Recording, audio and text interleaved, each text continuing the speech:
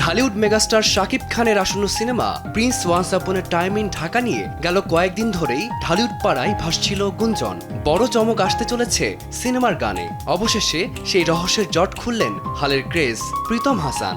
এদিকে দীর্ঘ বিরতির পর প্লেব্যাকে ফিরছেন উপমহাদেশের কিংবদন্তি সঙ্গীত শিল্পী রুনা লায়লা, আর তার সঙ্গে দ্বৈত কণ্ঠে থাকছেন প্রীতম নিজেই। বিষয়টি নিশ্চিত করে সামাজিক যোগাযোগ মাধ্যমে একটি ভিডিও ক্লিপ শেয়ার করেছেন প্রীতম। সেখানে উঠে এসেছে কিংবদন্তি শিল্পীর সঙ্গে কাজের পেছনের গল্প। প্রীতম লিখেছেন, প্রায় ৩ মাস আগে শাকিব ভাই আর প্রিন্স টিম থেকে একটা ডান্স ট্র্যাকের কথা আসে। আমি ইলেকট্রো ভাইভের ড্রাফট বানিয়ে ম্যামকে বললাম যে তার ভয়েসটা এই জায়গায় পারফেক্ট বসবে। সাথে এটাও বলেছিলাম আমি এটা একজন সিনিয়র কারোর সাথে ডুয়েট হিসেবে ভাবছি। ম্যাম একটু থেমে বললেন, তুমিই গেয়ে ফেলো। আমি 5 সেকেন্ড চুপ, একদম শক। তারপর বললাম, ম্যাম আপনি যেহেতু বলেছেন এই গান এখন আমিই গাবো, আর কাউকে দিব না।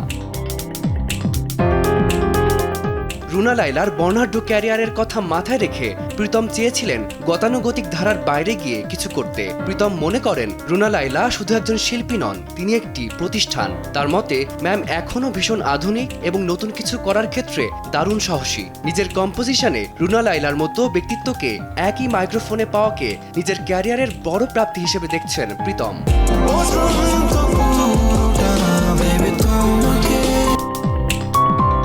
কিছু সময়ের জন্য ফিল্মের ডান্স ট্র্যাকে কণ্ঠ দেওয়া থেকে একটা বিরতি নিচ্ছেন প্রীতম হাসান। তিনি লিখেছেন, আপাতত হয়তো ফিরে যাব শরতের শেষ থেকে মরে যাক খোকার মতো গানে। একটু হাইপ কম, কিন্তু আত্মার শান্তি বেশি।